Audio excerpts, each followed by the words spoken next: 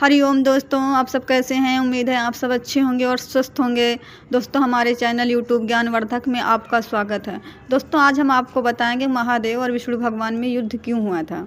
दोस्तों, एक समय की बात है जब माता पार्वती और लक्ष्मी दोनों आपस में बातें कर रही थी और बात बात में लक्ष्मी माता ने कहा पार्वती से कि बहन, मेरे पति जो है आपकी पति की आराधना करते हैं, उन्हीं की पूजा करते हैं, मन मन में उन्हीं का भजन करते हैं। पार्वती माता ने कहा लक्ष्मी, मैं भी सत्य कहूँ तो मेरे पति महादेव भी आपके पति की ही आराधना करते हैं और पूजन करते हैं। दोनों में सर्वश्रेष्ठ कौन है ये पता नहीं चलता। फिर दोनों अपने अपने लोक को चली आई और महादेव से पार्वती कहने लगी नाथ, आप मुझे बताइए, आप में से सबसे ज़्यादा श्रेष्ठ कौन है। आप हरि का भजन करते हैं, हरि आपका भजन करते हैं, तो सर्वश्रेष्ठ कौन है इस पृथ्वी में, इस स्वर्ग में। तो महादेव जी कहने लगे देवी, आपका संशय एक ही शर्त पे दूर किया जा सकता है, जब हम दोनों में युद्ध हो। और विष्णु भगवान महादेव में भीषण युद्ध हो गया। कोई हार ही नहीं रहा था, सब एक दूसरे पे भारी पड़ रहे थे।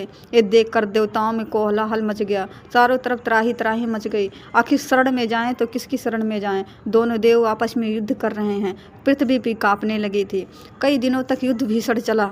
एक दूसरे पे दोनों भारी पड़ रहे थे, ना कोई जीत रहा था ना कोई हार रहा था। कई दिनों के युद्ध के बाद दोनों एक जगह शांत बैठकर आपस में मुस्कुराने लगे। ये देखकर माताएं बहुत खुश हुई कि कम से कम युद्ध तो रुका।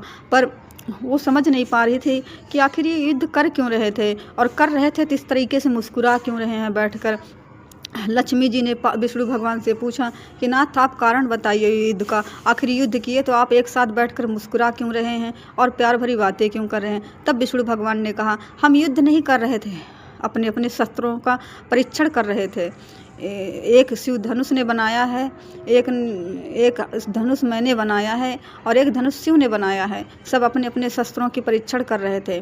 अब मेरा समय आ गया है कि मैं पृथ्वी लोक में राम के रूप में अवतरण हूँ और इसी धनुष से मैं रावण का वध करूँगा। ये धनुष मैंने रावण के वध के लिए बनाया है और इसी का परीक्षण कर रहा था।